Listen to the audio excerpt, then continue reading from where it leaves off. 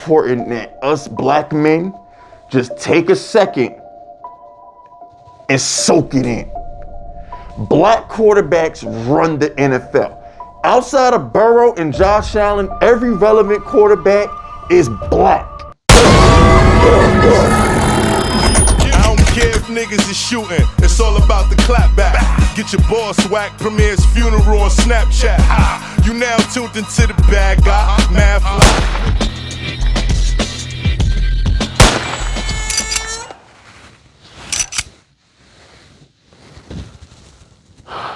All right, look. I want to talk about a couple things in this video.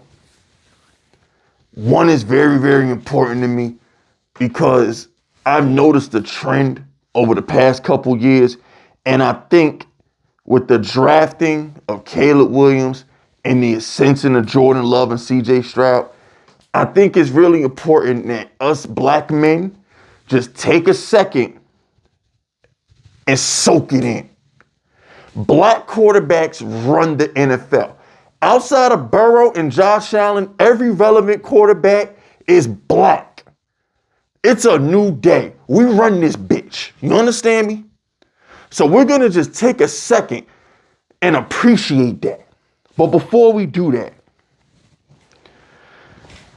Amani Toomer aired out Caleb Williams because Caleb Williams is making the Bears players clean up their stinking ass locker room.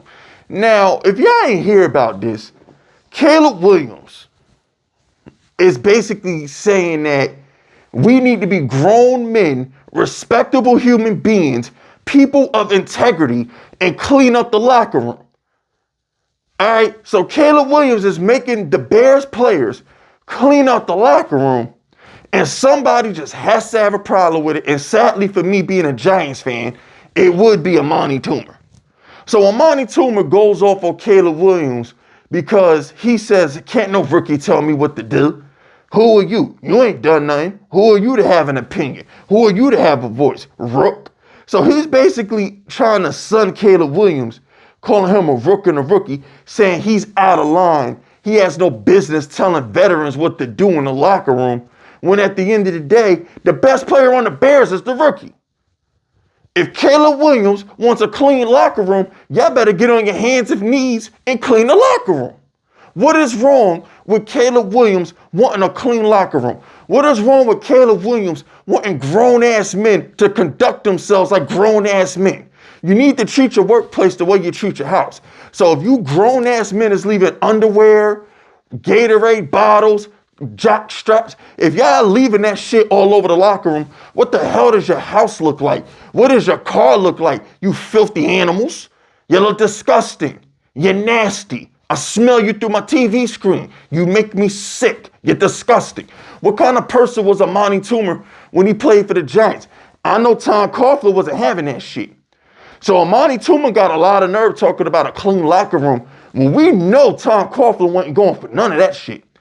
So what is he doing that is so wrong?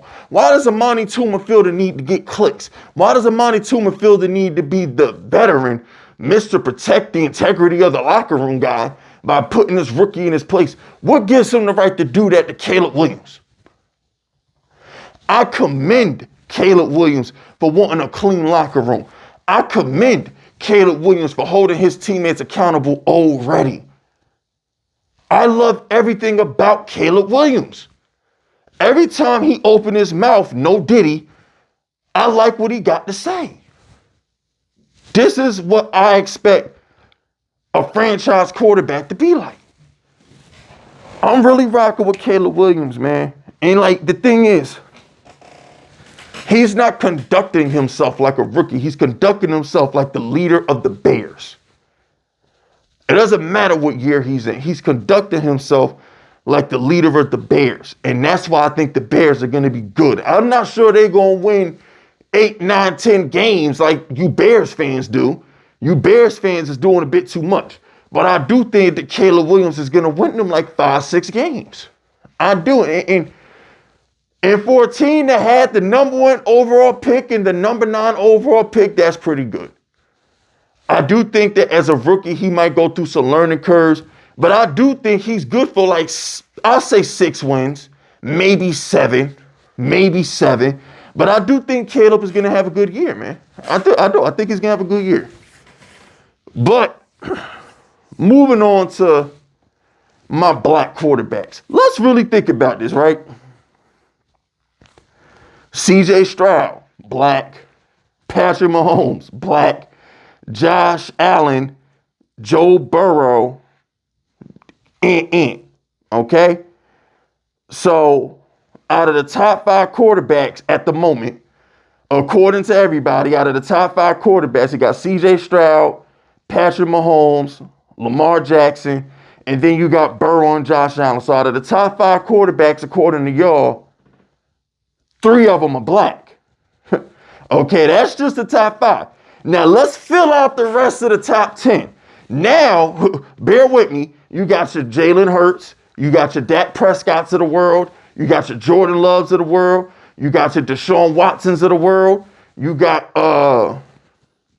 what's my man name? Caleb Williams, who just got drafted. You got all these black quarterbacks, and it's beautiful to see. Oh, it's just beautiful to see. Kyler Murray, can't forget about little old Kyler out there on the West Coast.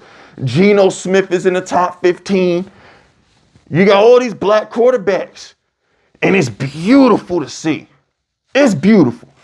2 are not black, but he ain't white either, so we're going to give him half a credit.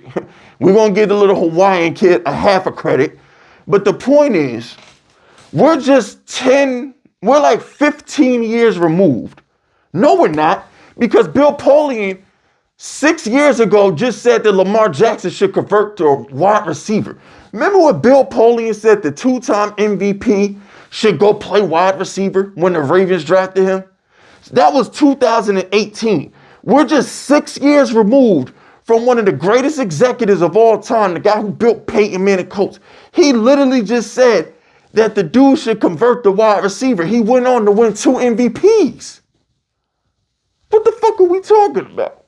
Like, I just don't understand how it took this long for black quarterbacks to start dominating the league. Anthony Richardson in Indianapolis, he's an up-and-coming quarterback. I mean, all these quarterbacks are black. If Jaden Daniels pans out in Washington, he's black. It's a lot of color at the leadership position that you old white men thought that black men weren't capable of doing. Y'all thought that black men weren't capable of leading white men. You thought that black men weren't capable of being the face of the franchise. You thought black men weren't smart enough to call plays at the line of scrimmage. You see, as a 35-year-old, I'm old enough to remember this shit. You see, when I was growing up and when I was a teenager, when I was in my early 20s, Michael Vick, Donovan McNabb, Steve McNair, maybe Dante Culpepper. That was it. That was the list. That was it. That was the list. We had Culpepper throwing to Randy Moss, Donovan McNabb and Westbrook. We had Michael Vick and freaking Warwick Dunn. And that was it. That was it. And we had Steve McNair in freaking Tennessee. But that was it. That was it. Black quarterbacks were not popping. You had to be extraordinary to be a black quarterback 20 years ago. And just a decade ago, Cam Newton, in order for Cam Newton to be the #1 pick for the Panthers, Jerry Richardson made sure he did not get a tattoo. Cam Newton, if you go back, was not allowed to get tattoos because Jerry Richardson, the former owner of the Panthers, did not want his franchise quarterback to have tattoos. Thought it would make him look like a thug. That's how far the black quarterback has come. Cam Newton was just drafted in 2011. So in 2011, Cam Newton, because he's black, can't have tattoos. In 2018, Lamar Jackson should be playing wide receiver. This is where we've come. Now, black quarterbacks are so prevalent that a midget in Kyler Murray could be the #1 overall pick. A black midget can be the #1 overall pick at quarterback. Who would have thought that 15 years ago? Who would have thought that 20 years ago? If you go back 15 years ago, the top 5 quarterbacks would have been who? Brady, Rodgers, Breeze, Peyton Manning, and Ben Roethlisberger. All 5 were white.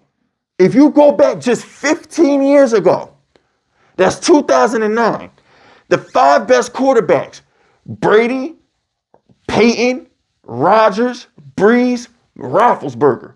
Maybe Kurt Warner, but he's still white. Maybe Brett Favre, but he's still white. Maybe Eli Manning, but he's still white. You can't name that many good white quarterbacks in the NFL right now. Trevor Lawrence ain't good. Justin Herbert ain't good. Baker Mayfield is all right. Kirk Cousins is what he is. All the elite quarterbacks that you want to draft in your fantasy league, all the elite quarterbacks that you want to watch on Sundays, they're black. Yeah. It's a whole lot of color up in this bitch, and I'm loving it. You feel me? But yeah, man, I just want to take a second and speak on that. I just wanted to take a second and just soak it all in. Because it's a new day in the NFL. Us black men are smart enough to make adjustments at the line of scrimmage. Us black men are, what's the word I'm looking for? Because I don't want to use swagger.